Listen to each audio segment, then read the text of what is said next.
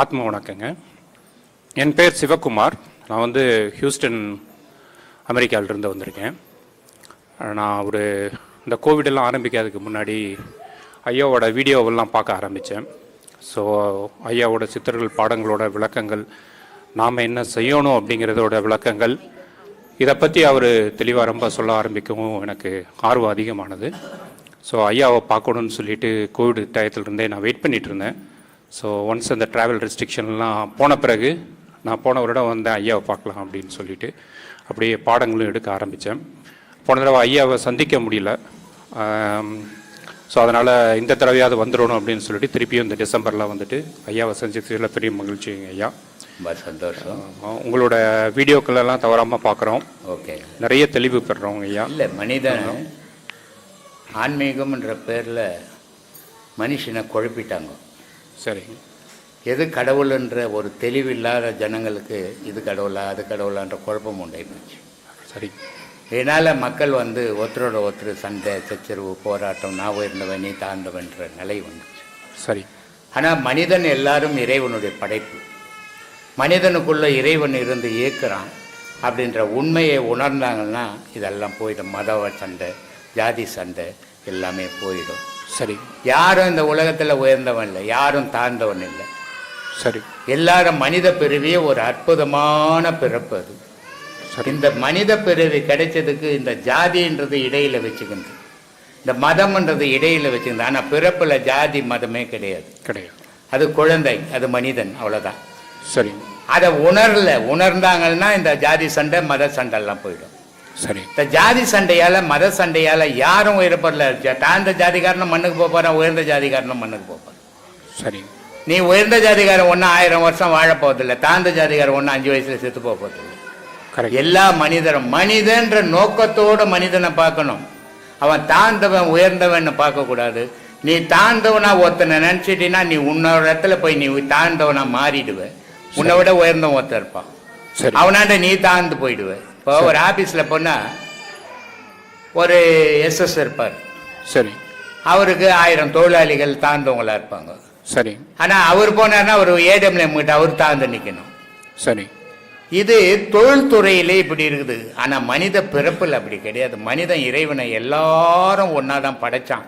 ஆனா மனிதன் இந்த பிரிவினையை உண்டாக்கிக்கின்னு இது மாதிரி போறான். ஆனா மனிதனுக்குள்ள இறைவன் இருக்கிறான்றத உணர்த்தல யாரும். சரி. ஆனா மதங்களையும் ஜாதியையும் பேசி பேசி பேசி மக்கள் ஒற்றுமையாகிற மக்களை கூட பகையை உண்டாக்கி வெறிய தூண்டி விடுறாங்க. அது இருக்கக்கூடாது. சரி. மனிதன்றவன் அன்போட வாழக்கூடியவன், மிருகங்கள் மாதிரி கிடையாது. மனிதனுக்கு எல்லா சிந்தனையும் உண்டு, எல்லா அறிவாற்றலும் உண்டு, எல்லா செயல்களும் உண்டு. அப்படிப்பட்ட அற்புதமான மனிதன் ஒரு வாழ்க்கையில பயணம் பண்ணும்போது அவனுக்கு போய் உயர்ந்தவன் தாழ்ந்தவன், உன்னுடைய பிறப்புல எப்படி உன் தாய் பெற்றாலோ அப்படித்தான் எல்லா தாயும் பெற்றா. சரி. எந்த வேற்றுமையும் கிடையாது. ஒரு தாயின் தகப்பனை புணர்வு பண்ணாத ஒரு குழந்தை வராது. இந்த நெத்தில போந்தது, கண்ணுல போந்தது, மூக்குல போந்தது, வாயில போந்தது, வேலை இல்லாத எழுதி வச்சதெல்லாம் இப்ப எடுத்து பேசக்கூடாது. அது 2000 வருஷத்துக்கு முன்ன மனித தொடர்பே இல்லாத போது வேலை வெட்டியில துண்ணு போட்டு எழுதி வச்சுட்டான். அதையெல்லாம் இப்ப பேசக்கூடாது. ஒரு தாய் இல்லாத ஒரு குழந்தை வரவே வராது, ஒரு தகப்பன் இல்லாத ஒரு குழந்தை வரவே வராது. அப்ப தாயின் தகப்பனுடைய வம்ச வழியா தான் ஒரு குழந்தை உருவாகுது. தாயினுடைய கர்ப்பத்துல தான் குழந்தை உருவாகும். அப்படிப்பட்ட குழந்தை உயர்ந்த தாயா இருந்தாலும் அந்த வேதனையை அனுபவிக்கிறார், தாழ்ந்த தாயா இருந்தாலும் அந்த வேதனையை அனுபவிக்கிறார். உயர்ந்த தாய்க்கும் அந்த இன்பம் தான், தாழ்ந்த தாய்க்கும் அந்த இன்பம் தான். இதுல என்ன வேற்றுமை கிடக்குது? இதை மறந்தால்னா மனிதன்றத நோக்கத்தை பார்த்தாங்கன்னா இந்த ஜாதி மதங்கள் மறைஞ்சிடும், மனித நேயம் வளர்ந்துடும். மனித நேயம் வளர்ந்ததுன்னா அங்க ஒற்றுமை வளரும். ஒற்றுமை வளர்ந்ததுன்னா அன்பு பெருகிடும். அன்பு பெருகிச்சுன்னா ஆண்டவனுடைய வழிபாடு சிறப்பா இருக்கும். இதுதான் மனிதனுடைய நோக்கம். இறைவன் படைச்சது இத்தனை பிறவிகள்ல இந்த மனிதனை படைச்சதே இறைவன் அடையத்துக்காக. ஆனா இறைவன் அடையாத மத பிரச்சனையில போயிடுறாங்க. மதத்தை வழிபடுறவனுக்கு கடவுள் கிடையாது, கடவுளை வழிபடுறவனுக்கு மதம் கிடையாது சாமி. சரி. கடவுளை வழிபட கத்துங்க, கடவுளை இதயத்துல சுமக்க கத்துங்க. சரிங்க. இறப்பு பிறப்பு எப்போ வேணாலும் நடக்கலாம். சரிங்க.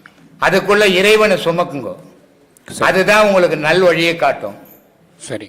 அந்த வழியை தான் நம்ம சொல்லி கொடுத்துன்னுக்குறோம்.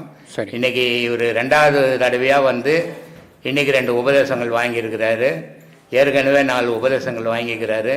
அமெரிக்காவிலேருந்து வந்திருக்கிறாரு. அவருடைய அனுபவங்களையும் பகிர்ந்துக்கினார் உங்களாண்ட. இது மாதிரி உலக மக்கள் அத்தனை எல்லா நாட்டிலேருந்து வந்திருக்கிறாங்க.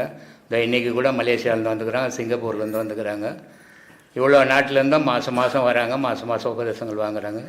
ஆனால் இது வெளிநாட்டில் தீவிரமாக பாடம் பண்ணுற மாதிரி இங்கே தமிழ்நாட்டில் இருக்கிறவங்க அவ்வளோ தீவிரமாக பண்ண மாட்டுறாங்க. ஒரு ரிசல்ட்டு கிடைக்க மாட்டேங்குது. இது கொஞ்சம் வருத்தமாக தாங்க. அது இவ்வளோ பேசியோ இவங்களுக்கு புரியலையோ, இல்லை இவங்களுக்கு புரிகிற மாதிரி நமக்கு பேச தெரியலையோன்னு தான் தோணுது எனக்கு. அதனால் எனக்கு தெரிஞ்ச வரைக்கும் தான் நான் பேச முடியும், எனக்கு தெரியாத பேச முடியாது. இதை எல்லா மக்களும் எடுத்துக்கணும். இன்றைக்கி இவ்வளோ தூரம் கடல் கடந்து வந்து இன்றைக்கி உபதேசங்கள் வாங்குறாங்க. ஒரு ட்ரிப்பு அமெரிக்காவிலேருந்து இங்கே வரணுன்னா குறைஞ்சது 2 லட்ச ரூபா செலவாகும். ஆனால் இங்கேருந்து ஒரு 5 ரூபா 10 ரூபா பஸ்ஸில் வந்து இதை ஈஸியாக தெரிஞ்சுக்கின்னு போகிறதுக்கே இவ்வளோ கஷ்டப்படுறீங்க. இதை நல்லா அடையணும் எல்லாரும். அதுதான் எனக்கு குறிக்கோள். இதில் நீங்கள் யாருமே ஜாதியோ மதமோ மனுஷனை மட்டும்தான் பார்க்கணும். ஜாதியும் பார்க்கக்கூடாது, மதத்தையும் பார்க்கக்கூடாது. எத்தனையோ முஸ்லீம் பொம்பளைங்க எனக்கு ஃபோன் பண்ணுறாங்க, சாமி நீங்கள் பேசுகிறதெல்லாம் உண்மை, ஆனால் உங்கள்கிட்ட வரணும், ஆனால் வர முடியாது நாங்கள், ஏன்னா மத கட்டுப்பாட்டில் மாட்டின்னுக்குறோம். அதை நாங்கள் அதையும் மீறி வந்தோம்னா எங்களுக்கு பல பிரச்சனைகள் உருவாகி போகுது, அதனால் வர முடியலன்னு. கடவுள் வழிபாட்டுக்கு எதுவுமே தடை கிடையாது உலகத்தில். எந்த ஜாதின்றதே கிடையாது. மனம் மட்டும் சீராக இருந்தால் போதும். மனத்தினுடைய வழிபாடாக மகான்களுடைய வழிபாடு. அந்த மகான்களுடைய வழிபாட்டால் தான் இறைவன் அடைய முடிஞ்சது. அந்த மாதிரி ஒவ்வொருத்தனும் மகான் ஆகலை, கடவுள் ஆகாதீங்க, நல்ல மனுஷன் ஆகுங்க, வேற்றுமை இல்லாத மனுஷன் ஆகுங்க. ஏழை பணக்காரன் உயர்ந்தவன், உனக்கு கிடைச்சது நீ உன் வசதி இருக்குது, நீ வசதியாக தானே நான் ஒன்று பங்காக கொடுக்க போகிற, நான் வசதிக்காரன் சொல்லி ஒன்றும் கொடுக்க போகிற. உன் வசதி தான் உன்ன வரைக்கும், அவன் ஏழ்மை இருந்தால் அவனை வரைக்கும். நீ உயர்ந்த ஜாதியாக இருந்தால் உன்ன வரைக்கும், அவன் தாழ்ந்த ஜாதியாக இருந்தால் அவனை வரைக்கும். யாருக்கும் பிறப்பால் ஒன்றும் கிடையாது. எத்தனை கோடி வச்சிருந்தாலும் அந்த மனிதனால் ஒரு 10 பைசா எடுத்து போக முடியாது. கோமணம் கூட இல்லாத போய் சேர்றான். இப்படிப்பட்ட உலகத்தில் உண்மையை உணர்ந்து வாழ்ந்தீங்கன்னா உங்கள் வாழ்க்கையில் துன்பம் இல்லாத வாழ்வீங்க. அதுக்காக தான் 40 வருஷமாக இப்படி பேசின்னுக்கிறேன். இதை எடுத்துப்பீங்கன்னு நம்புகிறேன். சரி சாமி, ரொம்ப நன்றி. நன்றி. ஆத்மா வணக்கம். என் விதி கட்டணும், அதனால் அதை யாரும் தடுத்துருவே முடியாது. அதை யாரும் ஜெயிச்சவனே கிடையாது. அது மாதிரி நீ ஞானி ஆகணும்னு உன் விதி இருந்ததுன்னா அதை உங்கள் அப்பா உங்கள் அம்மா யாரும் தடுக்க முடியாது. நீ தானாக ஆயிடுவ. ஆனால் அந்த விதி இல்லாத நீ 1000 முயற்சி பண்ண விட தோல்வி அடைவு. ஏன்னா உலகத்தில் இருக்கிறதுலே கடினமான விஷயம் ஞான பாதையில் போகிறது தான். மீது எல்லா மனுஷனாலையும் போக முடியும். இதில் பல இன்னல்குது. மானையனா இருக்கக்கூடாது, சூடு சோறுனா இருக்கக்கூடாது. அவனால் மட்டும்தான் இதில் போக முடியும். இதையெல்லாம் இழக்க நம்ம தயாராக இருக்கணும். அவ்வளோ கஷ்டமான பாதை. அதை போனோன்னு உனக்கு அமைப்பு இருந்துச்சுன்னா அதை யாரும் ஒரு குருவோ அப்பா அம்மாவோ சொந்த பந்தமோ தடுக்க முடியாது, தானாகவே போயிடுவேன். ஆனால் அது அமைப்பு இல்லாமல், அந்த விதி இல்லாமல் நீ எவ்வளோ முயற்சி பண்ணாலும் தோல்வி தான் அடைவேன். அதனால் நீ போகிற பாதையில் போய்கினே இருக்கணும். அது எங்கே வலிக்குதோ அது கூட போயிடும். அதை விட்டுட்டு நான் ஆகணும்னு முடிவு பண்ணிடணும். எதுக்கு ஞானி ஆகி என்ன பண்ண போகிறேன்? ஞானி ஆகி என்ன பண்ண போகிறேன்? சாதிக்க போகிறேன் இந்த உலகத்தில். இது அவர் ஞானி ஒரு ஞானின்னு பேசுகிறாங்களே, அதை கேட்டுக்கின்னு நடந்துக்குது. அதனுடைய பலன் என்ன? அது எதுக்காக நம்ம விரும்புகிறோம்? நம்ம மனம் எதுக்கு அதை விரும்புது? அதெல்லாம் யோசிக்கணும். அதனால் ரொம்ப அவ்வளோ ஈஸி இல்லை, கடினமான விஷயம். போய் பயணம் பண்ணி பாரு. ஐயா, ஆத்மா வணக்கம் ஐயா. நான் ராஜேந்திரன், சென்னை ஆழ்வார்பேட்டிலேருந்து வரேன். ஐயா கிட்ட ஒரு 4 வருஷமாக வந்துட்டு இருக்கிறேன். 4 உபதேசம் வாங்கியிருக்கிறேன். ஐயா, ஒரு கேள்விங்க ஐயா. சொல்லுங்கள். நம்ம இந்த பாதைக்கு வந்ததுக்கப்புறம் ஏற்கனவே நம்ம இயல்பாக அந்த சிறு வயதில் பழகினவங்களோட முன்ன மாதிரி பழக முடியல, அந்த யதார்த்த நிலையோடு பழக முடியல. இந்த பாதையில் வந்ததுக்கப்புறம் பேச்சு சுருங்குது, எப்போவுமே தனிமையாக போய் இருக்கணும்னு தோணுது. அதெல்லாம் ஏன் ஐயா? உன்னை நீ அறியாத உலகத்தை அறிகிற வரைக்கும் உலகத்தோட உறவாடினேன். சரி. உன்னை நீ அறியும் போது உலகத்தை விட்டுட்டு நான் தனியாக வந்தேன், தனியாக இருக்கப்பேன், தனியாக போக போகிறேன் அப்படின்றது தெரிஞ்சு போச்சு. அதனால் மற்றவங்களோட உறவாட முடியல. மற்றவங்க எங்கன்னா கும்பல் கூடி கத்தனான்னா அங்கே நிற்க முடியல, வந்துடுறோம். ஒரு டிவி வீட்டில் சவுண்டாக வச்சுட்டா கேட்க முடியல. இதையெல்லாம் தனிமையே மனம் விரும்புது. அப்போ அந்த தனிமையை இறைவனோட கலந்து எண்ணங்களை உருவாக்கிக்கணும். அது ஒரு நல்ல பயணம். அது சரி. ஏன்னா கண்டவங்க கூட சேர்ந்து கண்ட விஷயத்தை பேசி என்ன பயன்? அதனால் அது ஒன்று. உனக்கு ஒரு லாபம் இல்லை. ஆனால் தனிமையில் இருக்கும்போது நீ கடவுளை பற்றி சிந்திப்ப, உன்னை பற்றி சிந்திப்ப. உண்மை உண்மை. 2 பொருள் மட்டும்தான் அங்கே இயக்கத்துக்கு தேவை, மீதி விஷயங்கள்லாம் அங்கே தேவைப்படாது. அப்போ நீ தனிமையை அதிகமாக விரும்பணும். கண்டிப்பாக. உன் மனம் அதிகமாக விரும்புது. கண்டிப்பாக. இது விரும்புறதுக்கு காரணம் என்னன்னா, இந்த பாதை தெரியாத போது உலகத்தோடு ஒட்டி வாழ்ந்துன்னு இருந்தோம். இந்த பாதை தெரிஞ்சு உண்மையை தெரியும் போது உலகத்திலேருந்து விலகி வாழணும்னு நினைக்கிறோம். நம்ம கண்டிப்பாக தனித்து இருக்கணும், இறைவனை நினைக்கணும், இறைவனை இதயத்தில் சுமக்கணும். அதுக்காக தான் இந்த பிரிவை ஏற்றுக்கிறோம் அப்படின்னு வந்திருக்கிறோம். அப்போ இது புரியுது இப்போது. அப்போ புரியல. புரியாத போது எல்லாரும் கூட சேர்ந்தோம், கும்மாலடிச்சோம், கூத்தடிச்சோம், பேசணும், கொண்டோம், எல்லாம் பண்ணோம். இப்போ இது புரிஞ்ச பிறகு அதெல்லாம் வேணாம், எல்லாம் தேவையில்லாத விஷயம். கண்டிப்பாக. அப்போது நம்ம ஒவ்வொன்றையாக விட்டு விலகி வரோம். கண்டிப்பாக. இன்னும் பல விஷயங்கள் விலகுவோம். எப்போ விலகுவோம்? குடும்பங்களில் இருக்கிற பிரச்சனைகள், பிள்ளைக்கு கல்யாணம் பண்ணோம், பொண்ணுக்கு கல்யாணம் பண்ணோம், குடும்பத்துக்கு என்ன தேவையோ அதை செய்யணும். இதெல்லாம் செய்கிற வரைக்கும் அதில் சும்மா அதில் ஒட்டக்கூடாது. ஒட்டாமல் தூரம் இருந்தே செயல்கள் செய்யணும்.